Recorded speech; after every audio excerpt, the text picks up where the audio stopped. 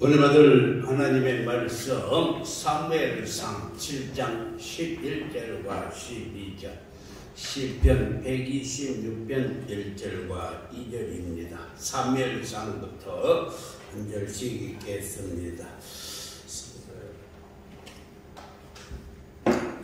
이스라엘 사람들이 미스바에서 나가서 블레셋 사람들을 추격하여 백갈 아래에 이르기까지 쳤더라.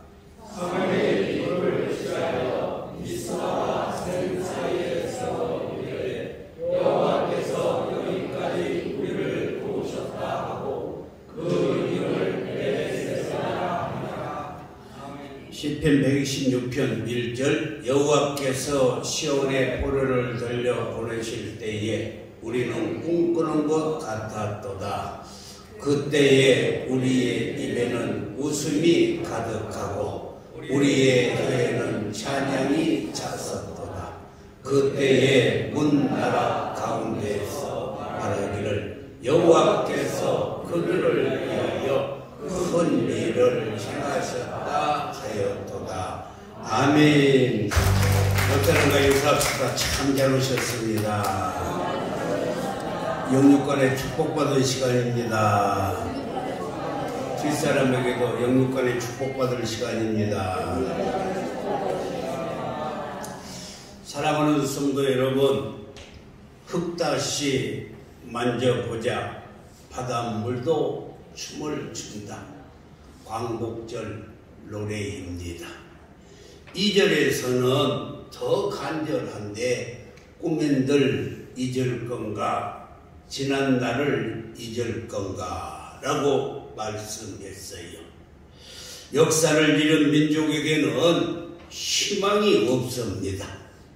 금년이 광복 78번째 되는 해입니다. 사랑하는 성도 여러분, 광복은 빛을 되찾았다라는 뜻입니다.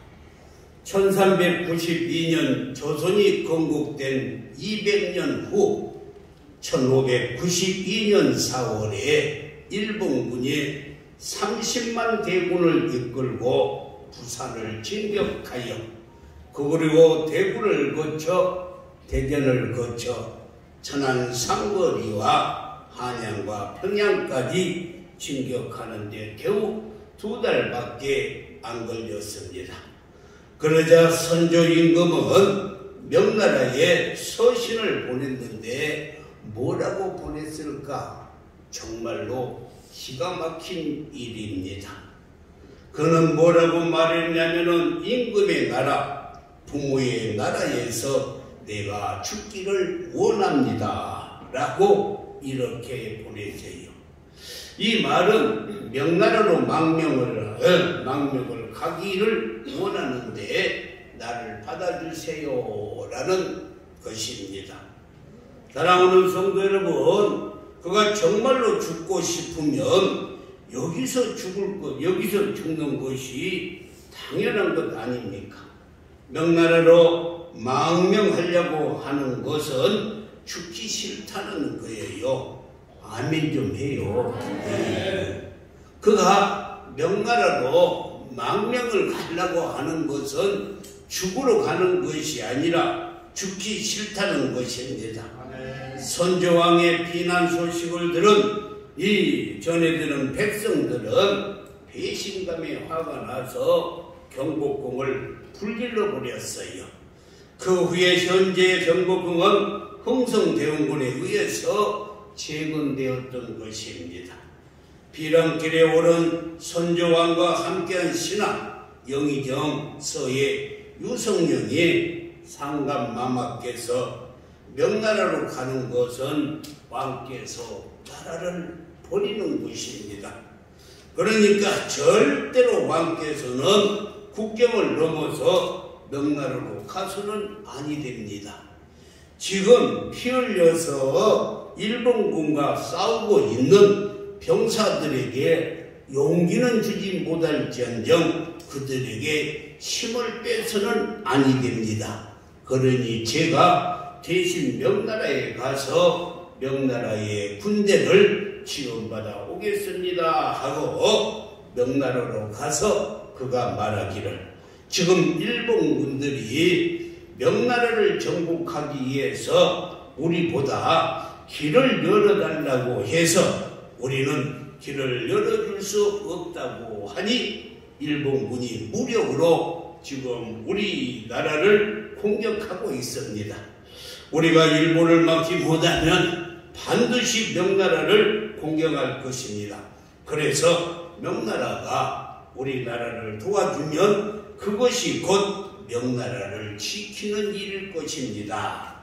이 유성룡의 말을 듣고 명나라가 군사를 파송하여 일본군과 7년 동안 긴 세월 전쟁을 하게 되는 것입니다. 모두가 다 지쳐버렸습니다. 그런 와중에 선조는 이순신 장군에 대한 인기 때문에 늘 이순신 장군을 시기하고 있었고, 그의 부하 간신 원균이는 이순신 장군을 모함하여 감옥에 가두어 버렸습니다. 그때 유성룡이라고 하는 명의정이 육군 보직을 갖고 있는 이순신을 해군으로 보직을 바꾸어서 삼도수군 통제사로 임명을 했어요. 여러분, 몇 년 전에 명랑이라는 영화를 보셨는지 모르겠어요. 다 파손된 배 12척을 수리해서 일본군 300척을 상계 통쾌 유쾌하게 무찔렀습니다.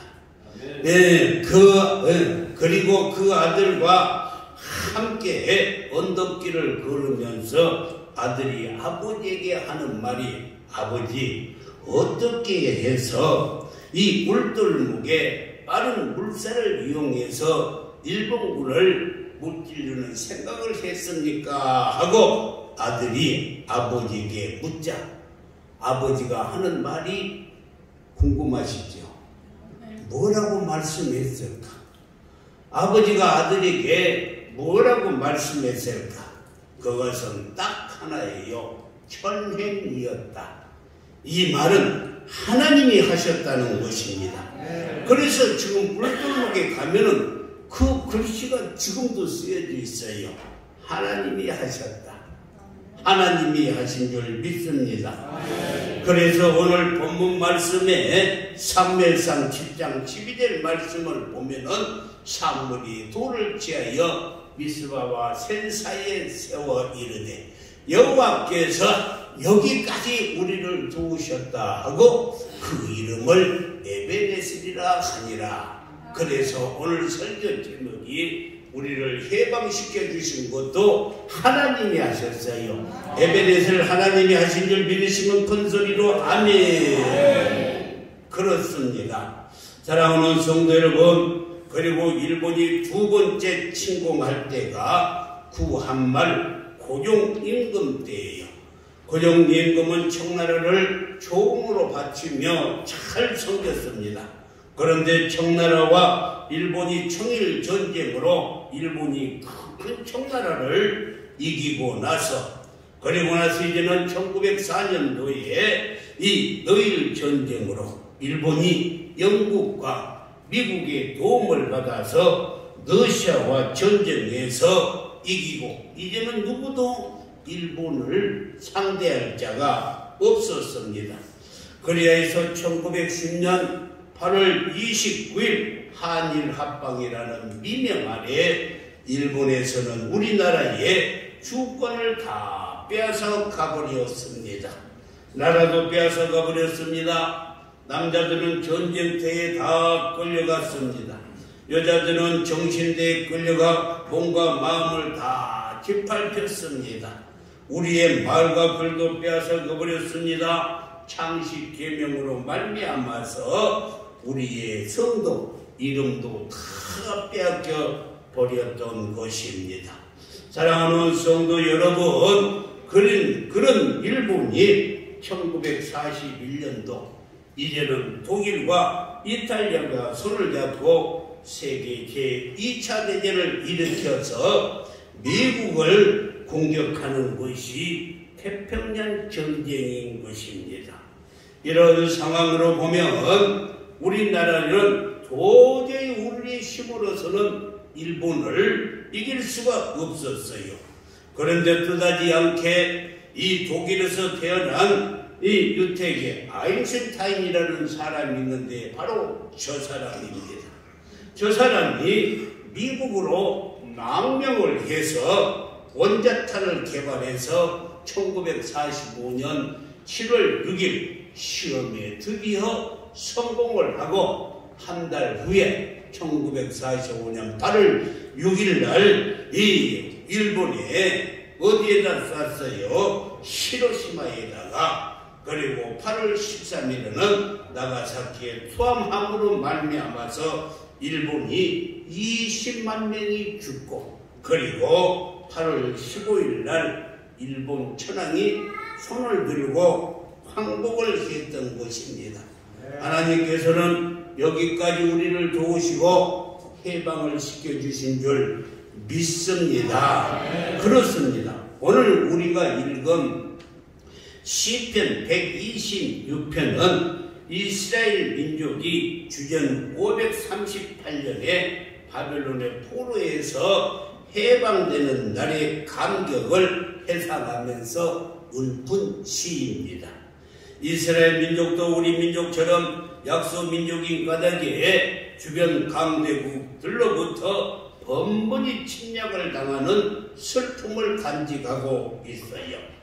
멀리는 애굽에서 430년 동안 종살이를 했고, 또 바벨론의 침략으로 70년 동안 그들도 포로 생활을 했습니다.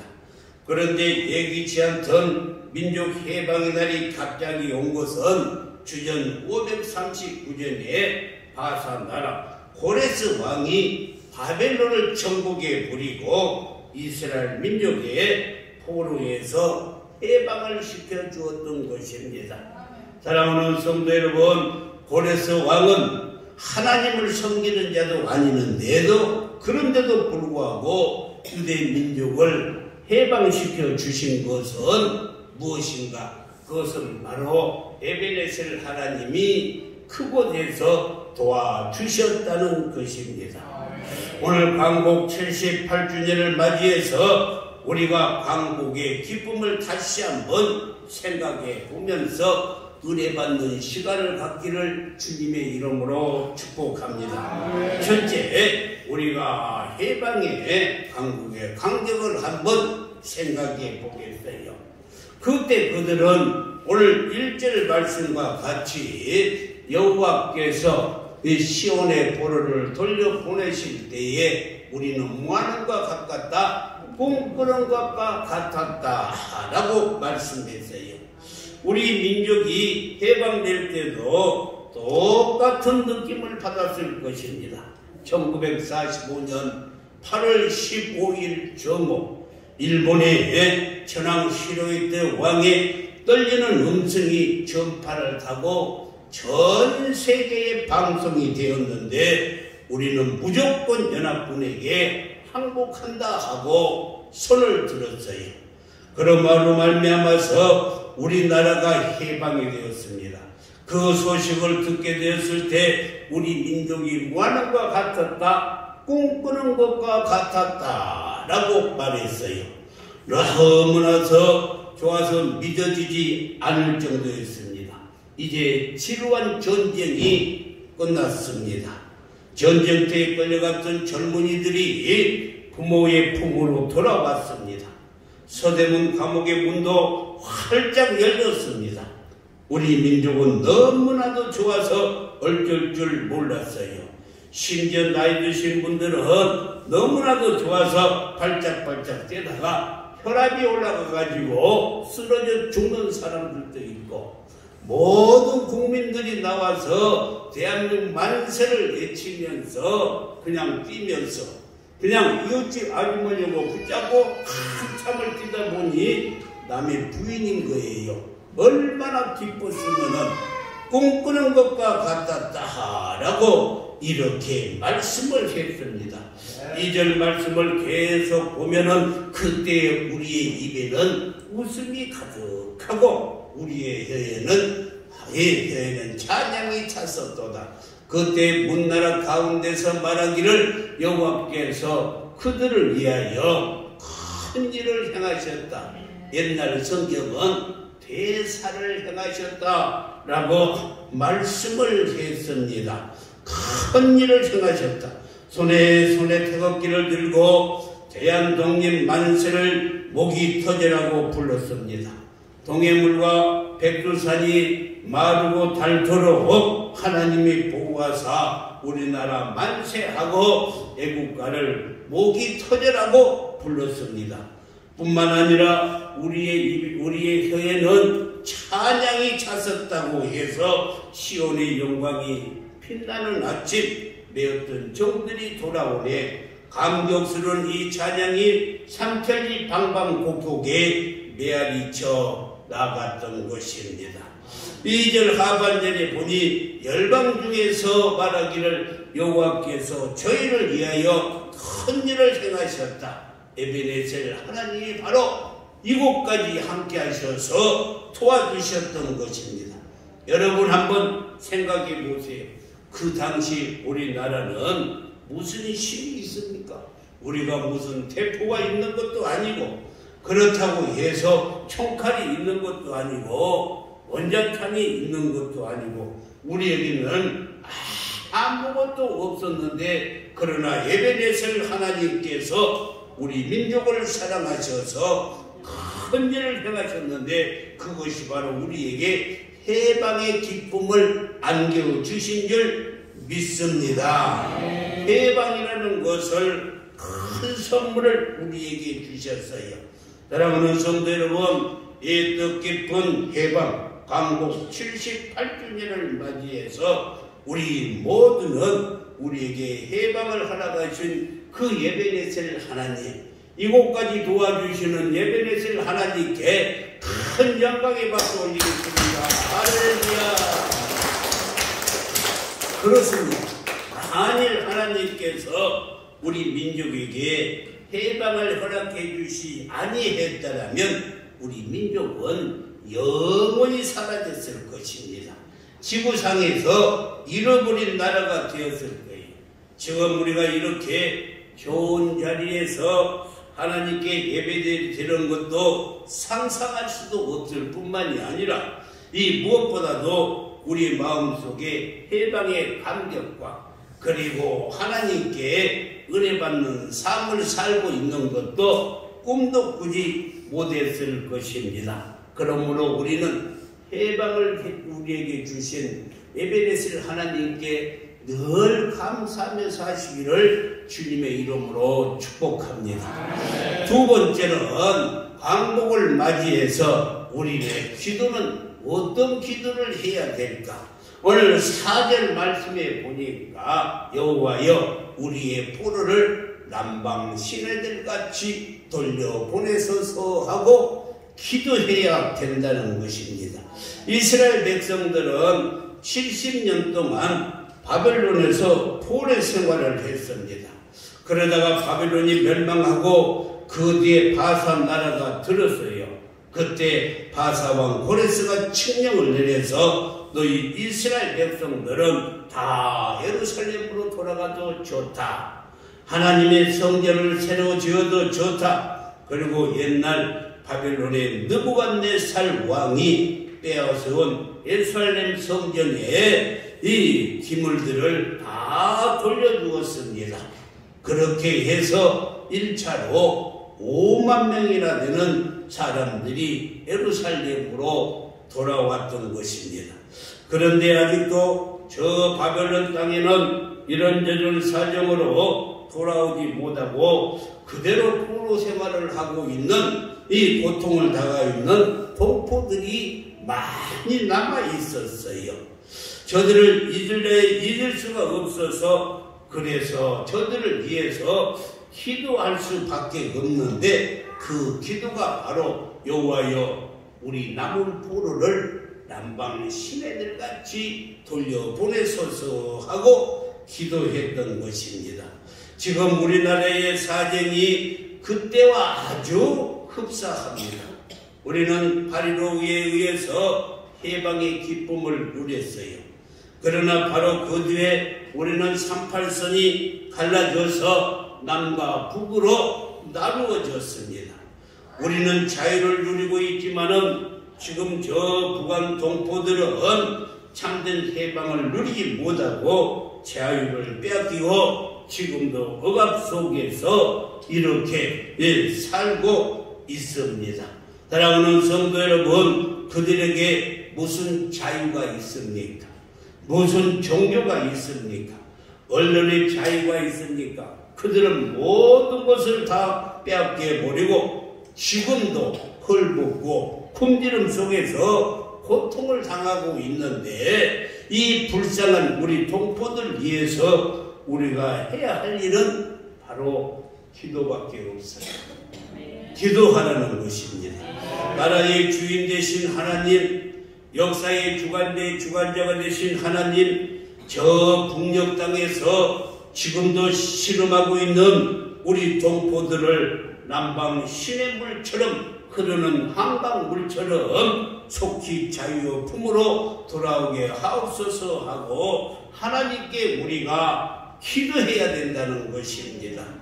그 옛날 모세가 하나님께 기도했을 때 하나님이 모세의 기도를 들어주시고 이스라엘 백성들을 애굽에서 해방시켜 주셨던 것처럼 우리가 북한 동포들을 위해서 기도하면 하나님께서 그들을 살려주시고 통일시켜 주실 줄 믿습니다.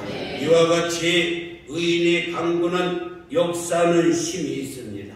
우리가 북한 동포를 위해서 나라의 주인 되신 하나님께 뜨거운 마음으로 기도할 때, 사랑하는 성도 여러분, 하나님께서 그들에게 자유를 주시고 우리에게 통일을 허락하여 주실 줄 믿습니다.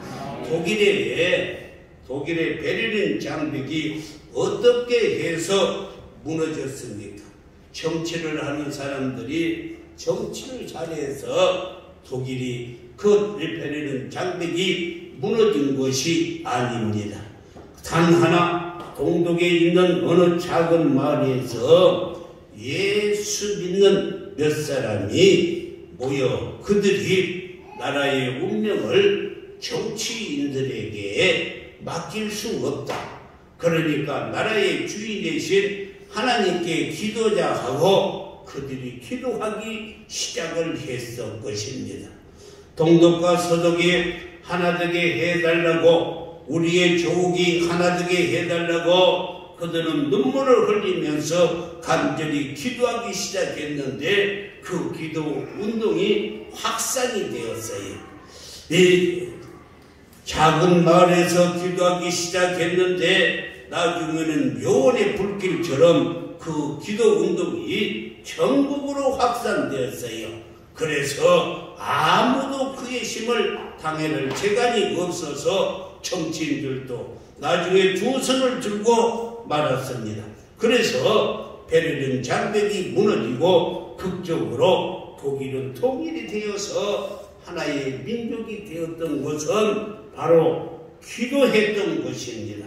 사랑하는 성도 여러분, 우리에게 해방의 기쁨을 주신 하나님이 왜 우리에게 통일로 선물을 주시지 않겠어요? 우리가 간절히 기도할 때에 하나님께서 분명히 통일을 허락하여 주실 줄 나는 확신하고 이 설교 준비를 했습니다. 사랑하는 성도 여러분, 우리가 간절히 기도하면 하나님은 반드시 통일시켜 주실 줄 믿습니다. 북한 땅에 가면은 능라도 체육관이라고 있는 세계적 규모의 체육관이 있는데 얼마나 큰지 저 체육관에는 15만 명이나 들어가는 체육관입니다.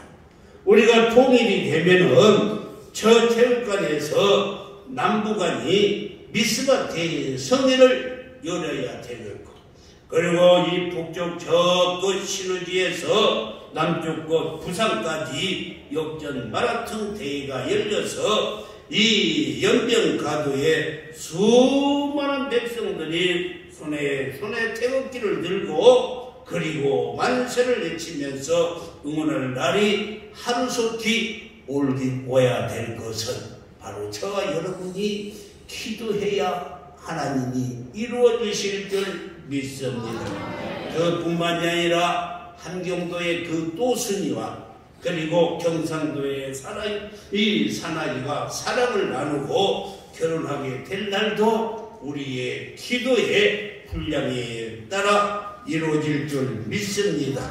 또 함흥냉면, 또 평양냉면을 먹기 위해서 우리가 통일로로 차를 몰고 달릴 수 있는 날이 속히 올 수 있는 것은 우리의 기도에 달려있는 줄 믿습니다. 우리의 기도가 여호와여 저 북한 땅에서 신음하고 있는 불쌍한 우리 동포들을 남방 시내들같이 한강 물처럼 속히 자유의 품으로 돌아오게 하여 주시옵소서 하고 눈물을 흘리면서 우리의 조국을 위하여 북한 동포들을 위해서 기도하는 우리 모두가 되기를 주님의 이름으로 축복합니다. 세 번째는 우리가 눈물로 씨를 뿌리며 기다리는 해방의 날을 맞이해야 될 줄 믿습니다. 오늘 5절하 6절 말씀을 보면 눈물을 흘리며 씨를 뿌리는 자는 기쁨으로 거두리로다. 6절에서는 울며 씨를 뿌리러 나가는 자는 반드시 기쁨으로 그 곡식 딸을 가지고 돌아오리라 라고 말씀했어요. 사랑하는 성도 여러분, 눈물로 씨를 뿌리는 사람만이 기쁨으로 단을 거둘 수 있는 것입니다. 그래서 그 옛날 이스라엘 백성들은 바벨론에서 조국을 위하여 뜨거운 눈물로 독립의 씨앗을 뿌렸습니다. 그뿐만이 아니라 뜨거운 눈물로 자유의 씨앗을 뿌렸습니다. 진리의 씨앗도 부지런히 뿌렸습니다. 그리해서 결국은 해방이라고 하는 기쁨의 단을 걷게 된 것입니다. 우리의 믿음의 선조들도 마찬가지예요. 일제 36년 동안 해방을 위해서, 독립을 위해서 말로 다할 수 없는 고통과 눈물을 흘렸던 것입니다. 언젠가는 꼭 해방이라고 하는 기쁨의 단을 거둘 날이 오고야 말 것이라고 하는 이 확신을 가지고 조국을 위해서 뭔가 마음을 갖춰서 눈물로 씨를 뿌렸는데 1907년 이준 열사가 헤이그 밀사 사건을 통해서 1909년도에 안중근이 이토 히로부미의 저격 사건을, 1919년도에는 3.1운동을 씨를 뿌렸고, 그리고 1929년도에는 광주 학생 사건으로, 그리고 상해 임시정부를 통해서 정말 많은 애국지사들이 얼마나 눈물의 씨를 뿌렸습니까? 그뿐만이 아니고 1920년도에는 김자진 장군과 이 홍범도 장군이 천상리 전투에서 눈물의 씨를 뿌리고 전쟁에서 승리했던 것을 알 수 있어요.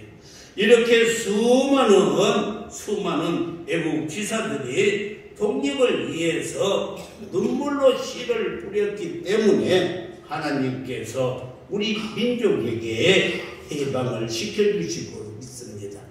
그뿐만이 아니라 우리가 잘 아는 백범 김구 선생은 감옥에 들어가 체포되어서 감옥에 들어갔어요. 그가 감옥에서 쓴 나의 소원이라는 글이 있는데 그는 이렇게 말했어요.